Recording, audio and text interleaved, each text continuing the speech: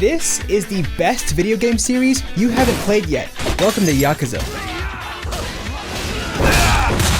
In the early 2000s, Sega began working on a spiritual successor to the legendary Shenmue series. It was originally titled Project J. Yes, like Japan. It was proposed by Toshihiro Nagoshi, who previously worked on games like Super Monkey Ball, Virtua Fighter, and Shenmue. He wanted to make a game that first and foremost appealed to an adult Japanese audience, so you know it was always gonna be a little wacky. But like me, when I work up the courage to ask out a girl I like, it was rejected. But instead of buying a gym membership and listening to 2000s rock while he screams out the edgy lyrics, Nagoshi persisted. He managed to get a demo in front of Sega's then new CEO, Hajime Satomi, who was really impressed with what he saw. And so, development for Yakuza 1 began. The dev team was made up of people who all had experience working on vastly different games. But this turned out to be a good thing because it allowed for the gameplay of Yakuza to be a crazy mishmash of a bunch of different genres that you won't think will work. But oh, you can bet your sparkly nylon pants that it does work. I know nothing about pants. Yakuza 1 was released in 2005 on the PS2 in Japan, and it was received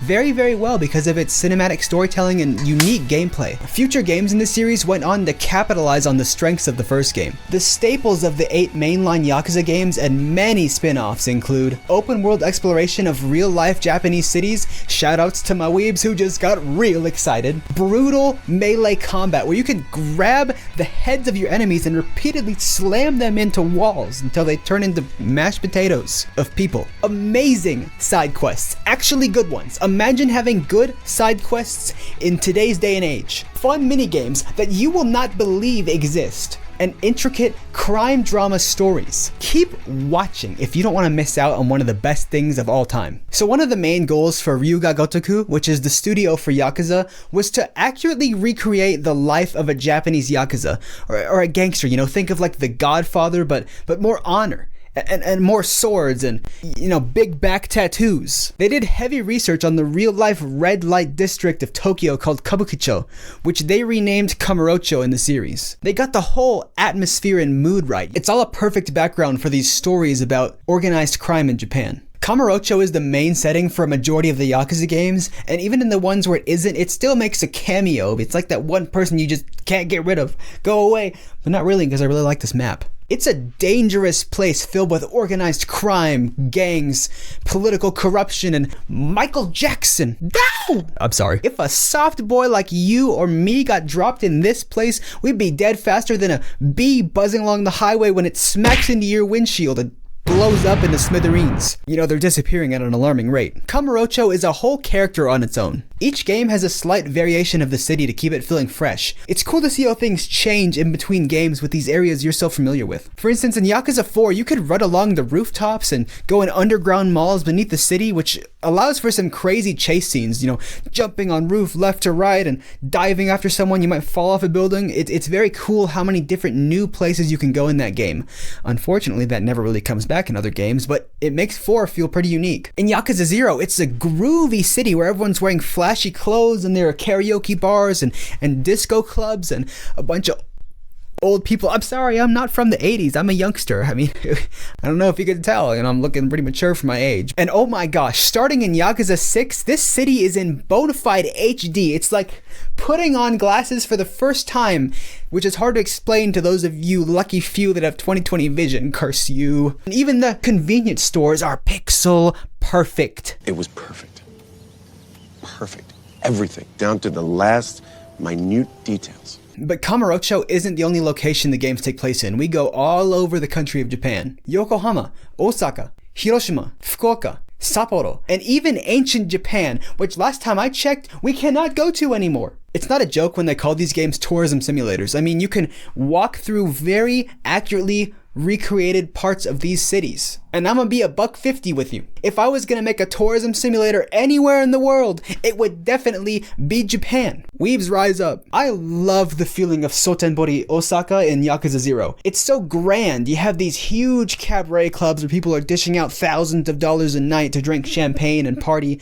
You have the bands in the background playing jazz music really aggressively. There's so many lights and things to see. It's so glamorous. It's very much a wealthy person's playground, and you feel that. The city itself is absolutely beautiful at nighttime. I've been here in real life, and it was gorgeous to see then, but imagine that in the 80s. Everything was better in the 80s.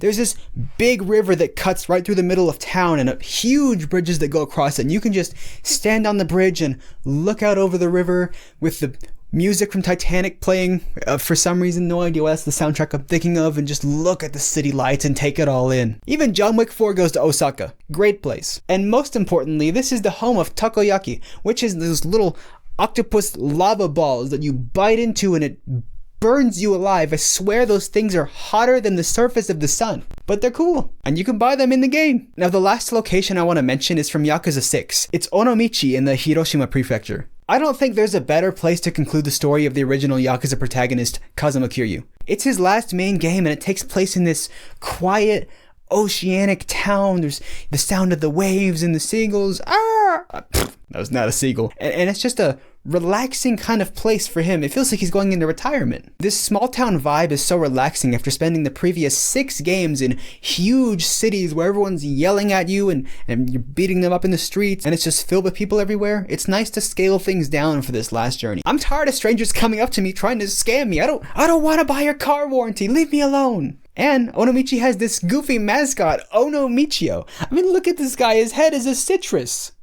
How can you not love that? Now, as I've mentioned before, these cities aren't necessarily safe. You definitely would not want to bring old Graham here to go on a walk. That being said, you're gonna need to defend yourself. And what better way to do that than through combat? Because violence is the answer. This is where that vicious hand-to-hand fighting system comes in. It's basically a 3D beat-em-up. You just run around, you find enemies, and you fight them in, kind of circular areas. You do your combos, you have different actions, light, heavy, dodge, parry, block, that kind of stuff. But you have a lot of options to change it up. It's not a basic system at all. There's a lot of things in there. One way to deal heavy damage and hit a lot of enemies at once is to pick up whatever you find around you and bash the lights out of people. This could be a bicycle, a trash can, an umbrella, whatever you find on the street. You just pick it up and start swinging it around, knocking people over like bowling pins. I mean, sometimes you can pick up a motorcycle and hit people until they look like Max from Wolfenstein. It's so satisfying. Great way to work off your stress. Then you have the heat actions, and this is where it gets interesting. First, you gotta build up some heat by socking people in the nose and twisting their ears and dodging their attacks. You can track how much you have by looking at the little heat bar on your screen. Once you get enough, you can unleash your rage upon your enemies. These are very context specific, so if you're near a wall, you grab head and smack into wall. If you're near a car, open car door and slam it on someone's head. One of my favorites though, and the name is crazy, is Essence of Electromagnetic Torture. This happens when you're fighting an enemy in a convenience store and you use the heat action near the microwave. You grab your enemy, throw him headfirst into the microwave, and then tell the clerk at the store to turn it on, frying their brain. But it's not deadly. Remember that.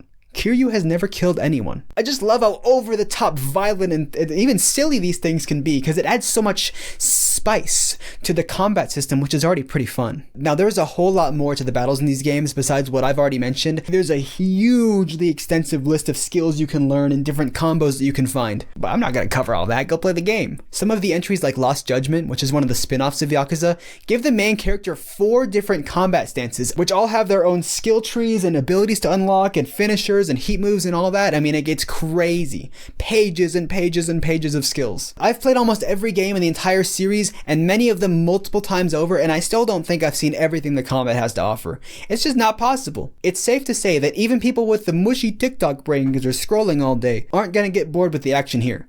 I'm not an astronaut, but I am going to stake my flag in this solid digital ground that Yakuza has the best side quests in the entire video game universe. That's right, bigger than world, because it's bigger than that. I'm quirky. These are the best ever. All time. They're called Substories, and they are easily the funniest, most inventive, well-written, and heartfelt side quests I have ever experienced in all my days gaming, and that's a whole lot of days. Alright, spoiler warning for Substories and Yakuza Like a Dragon. I'll put a timestamp or something. Just skip ahead if you don't want to see it. One of these silliest Substories, way too much alliteration, comes from the 7th mainline game. It's called Preparing to Suck. Now I'll let that sink in for a second. Hit subscribe if you're uncomfortable with the energy we have in the room today. Now, when you walk into a certain cafe in Chinatown, you meet this talking robot called Soji that tells you you're dirty. I mean, she should at least take me to the dry cleaners first. Shortly after that, you meet its mad scientist creator, Professor Okita, who says he has a plan to build an enormous version of this little robot that's gonna clean the whole city. He asks you for a tiny donation of 1 million yen, which comes out to like $10,000. Or well, it used to. I mean, in today's exchange rate, I think it's more like $7,500. So that's great for people going from the US to Japan for travel, but not the other way around. Unfortunate.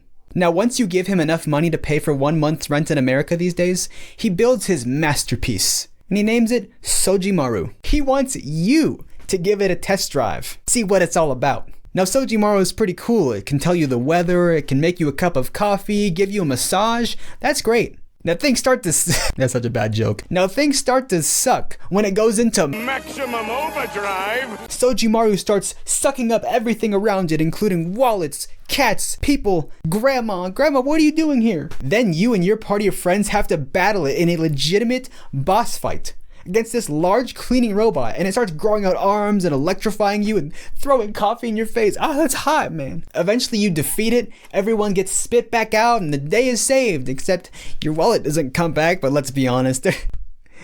You and I know there's nothing in there. I just love how over-the-top silly this sub-story is. I mean, the main story can get a little serious at times. It is a crime, thriller, drama, whatever other serious tag you want to put in there. So it's nice to have these diversions that really change up the tone and help you relax a bit more. You might have just walked into that cafe looking for a croissant, but what you found was an engaging storyline with futuristic tech, a mad scientist, and a boss battle against the final boss of Bed Bath & Beyond. Well, that might have been the economy, but... Another common type of sub-story you can find throughout the series are those tied to their own minigames. Like a Dragon has multiple sub-stories tied together in a fun quest line about the recreational activity Mario Kart Dragon Kart. Now, to understand this, we need to look at Nintendo's famous racing series. Yes, it is the same thing. It's the same thing. Now, as you win races in the minigame, challengers from the Dragon Kart League will approach you and start talking trash, and you'll end up facing them in a story-based race. They'll go through whole character arcs, you know, the foreshadowing, and then they show up and they face off against you, talk trash, you race against them, you smash their face in the ground through racing.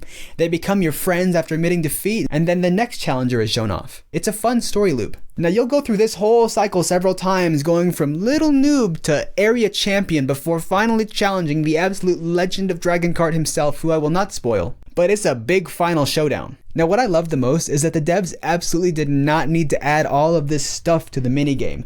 The game is fun on its own. Mario Kart 8 has proven that by itself with like 50 million sales. It's one of Nintendo's highest selling games of all time if you don't count Wii Sports. But they did add those characters with their own character progression and story arcs, and it makes it so much more interesting. I have a reason to progress all the way through the entire Dragon Kart League because I want to see the ending. I want to see everyone go from rivals to friends. I want to face the champion and get the grand prize. It's so much more exciting that way. This is such a far cry from all the lazy fetch quests we get in games now. This seems like a good spot to talk about the other minigames in the Yakuza series, and there are a lot of them. They're everywhere! Okay, that was too much. You have gambling, baseball, bowling, arcade games, management sims, peeing. Yes, that is correct. We are in Japan after all. I'll just share some of my favorites with you and let you find out about the rest. Now, Yakuza 0 has a disco dancing minigame, and it's fantastico.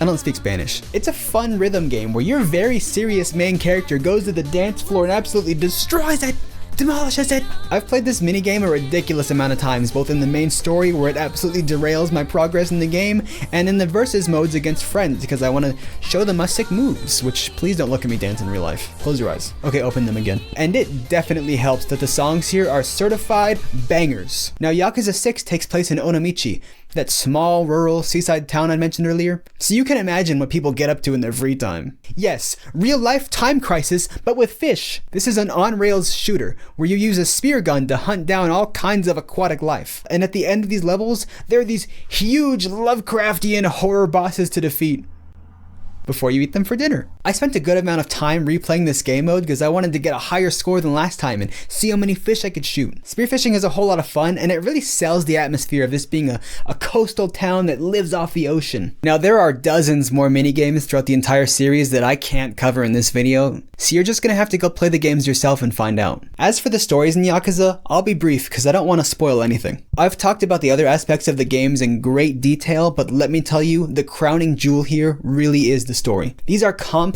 cinematic experiences revolving around the criminal underworld of organized crime in Japan and everything that entails. It's so interesting, there's so much culture and lore behind it all. You'll find everything from bombastic Hollywood action scenes to tender, raw, emotional moments. The characters in these stories are deep and well written. They're complicated characters with their own traumas, backstories, histories, and things that they're carrying, their own motivations that drive them towards their goal. They feel like real people in just a rough situation. That's it for the story section. Seriously, go play these games. Here's a quick guide on where to start. Yakuza 0 is the prequel to the first game, and honestly it's the best place to start. Just chronologically start at the very beginning. If you want to play the original game first, Yakuza Kiwami is a from the ground up remake of the original game, and it's the definitive way to play it now. If you're more of a turn-based JRPG player, let me point you towards Yakuza Like a Dragon, which is the first game for the new protagonist in the series. Other than that, you can play the two Judgment titles whenever you want because they have nothing to do with the main games. So that's Yakuza, the most underrated series in gaming. Thanks for watching. See you next time.